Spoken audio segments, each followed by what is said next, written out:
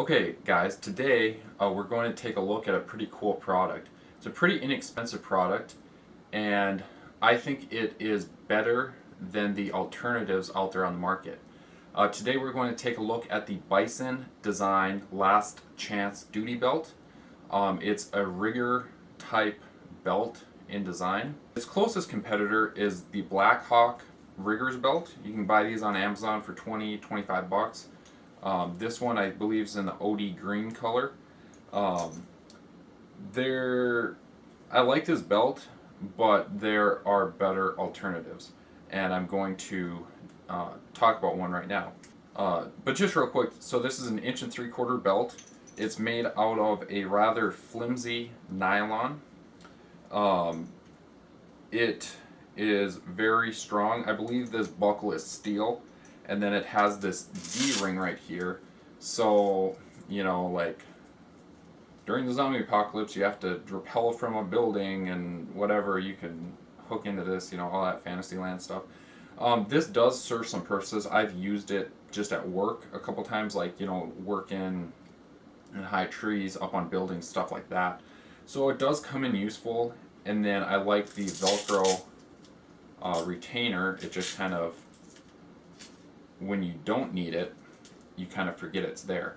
But you can snap in a carabiner here, you can use some nylon webbing or even rope in a pinch and make a little Swiss seat, whether you're hiking, camping, working, you know, whatever, just as a safety precaution.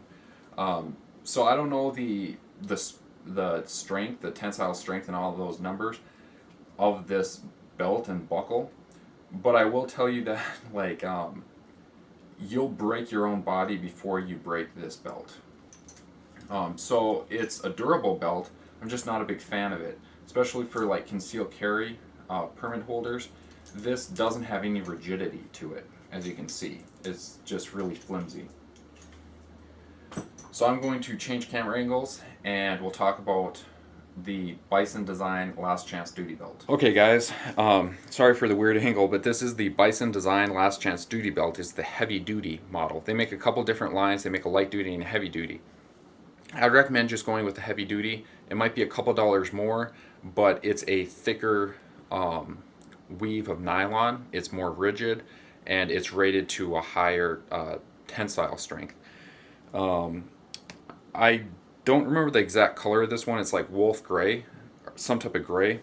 It has this nice looking aluminum buckle here, and the difference with this one is it's an 1.5 inch, so it will fit through more common belt loops. The other thing, which is kind of strange comparing this to the Blackhawk, is even though this is an 1.5 inch instead of 1 3/4 inch, this is a lot more rigid, which I'll show in a second. But while it's still on the body, you do have the D-handle capability right here. But it is incorporated into the buckle design, which I think physics-wise it's better. Let me just... So pretty much you'd snap in a carabiner, maybe have a climbing harness or something like that. And, you know, I was sort of being facetious earlier, you know, about rappelling down a building, but camping, hiking, especially in certain environments, especially areas around me, there's very steep hills, cliffs, there's very, you know, just steep hills, not really mountains, but very steep, you know, hills, rock outcropping, stuff like that. So, I mean, I've used this not for like rock climbing per se, but just as a like safety harness. You can, you know, throw a length of rope around a tree if you want to safely get down a steep incline, or there's other techniques to help you get up steep inclines and stuff like that. Like I also said, just working wise, you know, working up in tall trees or on buildings and stuff like that, when you're high up in the air, you kind of want safety in your favor. So this gives you the opportunity for one more layer of safety. Let me just take it off real quick and show you a couple more features.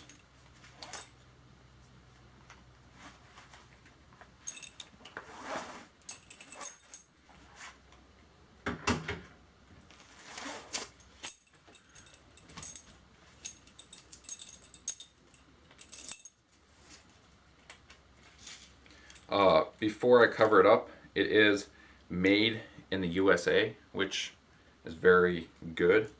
Bison Designs. It does say not intended for climbing. This belt, I failed to mention earlier, it was designed for wildland firefighters, for like search and rescue type people, for people up in helicopters and stuff like that. It says not intended for climbing, mostly to protect their butt. It's not that they don't trust their product, it's just probably insurance wise, you know, they can't recommend it for climbing, but they're not saying that you're not able to use it for climbing, if that makes sense. So one thing, it doesn't make a lot of noise. Let's compare that to the Blackhawk. The Blackhawk has a lot more like annoying rattle to it. Okay, the other thing I already showed you, but the Blackhawk is just not that rigid. Okay, and this is actually a fairly new belt. I've been wearing these for a long time, and this I picked up you know, over the last winter, so maybe it might be like 6-8 months old. But it's not that rigid, it's kind of flimsy. This one, on the other hand, is about the same age, maybe a little newer, but as you can see, it holds its shape very well. It is double layer nylon, if you can see that right here, and then right where the belt buckles to reduce the thickness in the buckle area is only single. That's more for comfort. But still, this webbing, I'm guessing I use Blue Water 1-inch tubular webbing, and I believe that's rated to 4,000 pounds. So this probably has, you know, 6,000 pound capacity.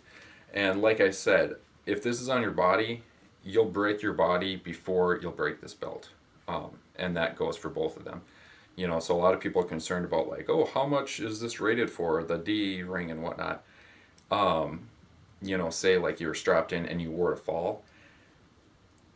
If it was enough force to break this belt or break the buckle, it would break your spine and literally rip through your body before the actual belt would break. So I like that aspect, that it's very rigid, but at the same time, you know, there's some belts that I've used that are insanely rigid, and moving around, they don't have any give to it, which is good if you're concealed carrying, but for comfort wise, I do kind of like a slightly less rigid belt. You know, I'm not saying this isn't rigid enough. I use this to conceal carry inside the waistband quite regularly, and it's more than thick enough and stiff enough for that. There's not that much more to say about this belt. The sizing, I believe I got like a 34 or 36. I just went with my pant size. Or no, wait, with this one, this is actually a small, okay? So I don't know if you saw my body, but this is the small, and I wear a 34, I wear a size 34, 36 pants, so, and this Velcro kind of falls right in the middle. So, you know, probably even up to a 36 you could get away with the small, and then I'd move up to the medium. The design, the function, the styling of this, I just like the looks of this. This looks less like military type than the Blackhawk. I like this color more. It just looks more urban, even though my shirt's normally covering it up. And the price. This is cheaper than the Blackhawk. I'll try and roll in the current prices of both of them. I think the Blackhawks run around $25 to $30. And I could be mistaken, but I believe I picked this one up for $16. So I will be picking a couple more up in the future, one in black, one in maybe a tan or something like that. But overall, if you're looking for an inexpensive but a functional, good-looking belt that serves some alternative uses, check out the Bison Design Last Chance Duty Belt.